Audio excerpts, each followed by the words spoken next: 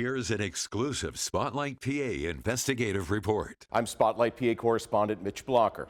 When Penn State Health shut down its liver and kidney transplant operations, patients were surprised. But the hospital's transplant program had a troubled past. This is the third part in our series investigating one of our state's largest health providers. We've told you what happened. Here's how we got there. Penn State Health's decision to stop performing liver and kidney transplants stunned patients. I could not believe that they blindsided me.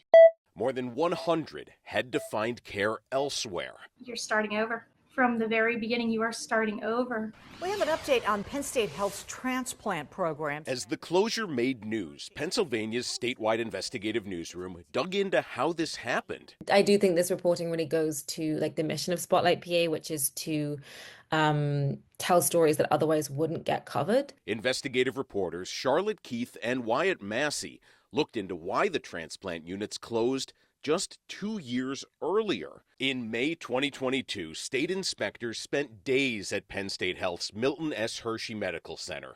They reviewed 31 transplants. They found 6 transplant recipients brought back to the operating room post-transplant. The inspection says none of the 5 kidney cases were reported for internal quality review. When inspectors read through hospital operating reports, they discovered the same liver transplant patient taken back to the OR on 3 separate occasions. The 93-page inspection report documents organ quality and patient disclosure issues. A hospital staffer told inspectors they knew of at least 2 recipients that have received high-risk organs without being properly consented. It says one patient learned they had received a high-risk organ during a post-transplant lab draw. In September 2022, federal regulators declared Penn State Health's transplant program a member not in good standing. So the program shut down in 2022. It was sort of rebuilt. This new team of surgeons was brought in to lead the program, and among them was Dr. Raymond Lynch. Dr. Raymond Lynch was named Director of Quality. Dr. Johnny Hong was named Chief of Transplant. Transplantation is a second chance at life, and that we will be their team for life. As they rebuilt the transplant program in 2023, they hosted Spotlight PA partner Penn Live.